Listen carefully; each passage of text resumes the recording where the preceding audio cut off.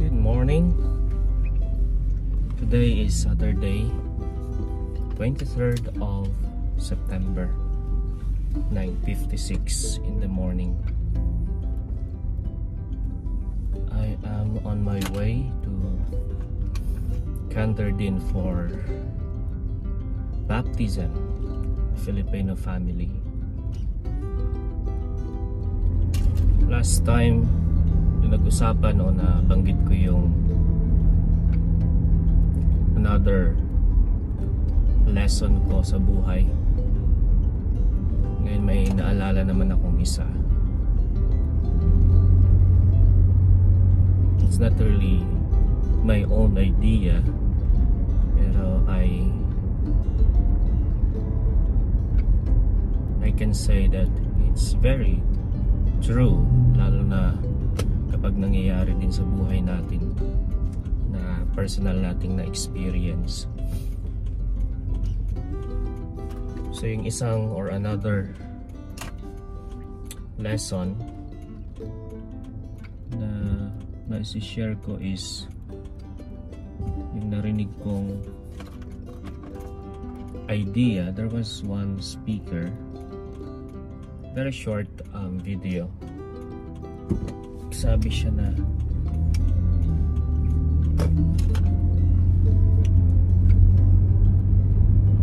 about yung buhay natin, yung pagkatao natin ay parang kagaya ng isang lemon. You know, if we want to have a lemon juice, so kailangan nating pigain yung lemon para makakuha tayo ng juice out of lemon. Hindi ka naman pwedeng makakuha ng apple juice sa lemon, so or ibang prutas out of lemon, maliban na lang siguro kung gawan mo ng paraan by using other ingredients. Pero naturally, kapag lemon, ang makukuha nating juice ay lemon juice, syempre, o kahit ibang prutas, hindi lang prutas ay pati vegetables. Kung pipigain mo talaga kung ano yung nature nila, yun yung makukuha mong katas or juice out of it. Sa buhay daw natin parang ganun din eh. May sinasabi yung ganong paradox or story sa buhay natin. Kaya lang ang lemon o yung ibang prutas, hindi naman yan magre-reason out. They don't need to reason out also because it's natural. Sa buhay din natin, ganun din eh, na may mga times na parang pinipiga tayo. Yung dahil sa mga nang-uusig, not really nang-uusig or those who are persecuting us, pero hindi maiwasan yung mga ganung bagay. So parang feel natin pinipiga tayo. Yung term ng iba ay inaaway, ginugulo yung buhay natin. So usually, kapag ganun yung nangyayari, kadalasan yung reaction natin ay yun yung nasa kaloob-looban natin o kung anong meron tayo. Ang sabi nung speaker, kung ina-apply yung ganong story, parable or image sa buhay ng tao, nagre-reason out tayo. Sinasabi na halimbawa ako, may nang-aaway sa akin, may nang-uusig sa akin, syempre usually magagalit tayo niyan. Ang reason out natin yan, ang magiging rason natin is, well, inaaway ako eh, kaya ganun yung reaction ko. nagagalit ako, nagtatampo, naiinis, ano ba, disappointed. Halos lahat ng negative ay maipapakita natin kapag nandoon tayo sa punto ng buhay natin yung may parang pumipiga sa atin. Pero yung punto nung parable ng ng lemon is,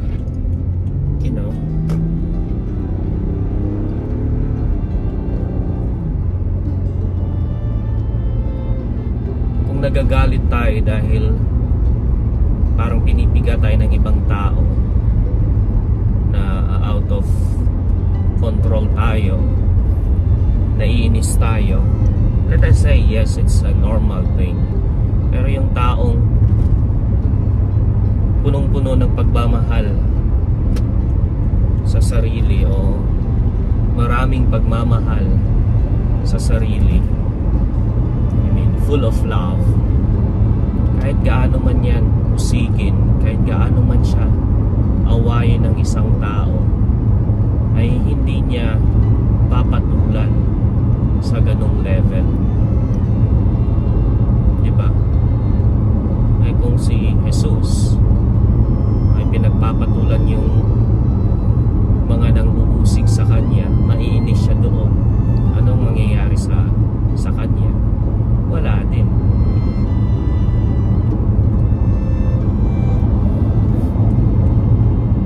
Kaya nga yung reaction natin lagi ang magiging basihan o sinyalis kung anong meron tayo sa ating kalooban. Hindi man natin totally pwedeng sisihin yung ibang tao na dahil ginagalit ako, inaaway ako, di ganun din yung ipapakita ko. Well, it could be true, logically correct din naman kasi nagre-react ka lang naman. Pero yung punto doon ay, well, we can do something about it. Diba? Kung punong-puno ng kabutihan yung kalooban mo, kalooban natin, siguro malilesen o magiging maganda yung reaction natin sa ibang tao, lalong-lalo na sa time or sa moment na parang inuusig o pinipiga tayo. Kung alam natin, kung nakikita natin ating sarili na hindi magandang juice o hindi magandang bagay ang lumalabas sa sarili natin, well, it's a good thing na malaman natin, at least meron tayong magagawa, diba? May pagkakataon pa, may paraan pa para baguhin yung sarili natin.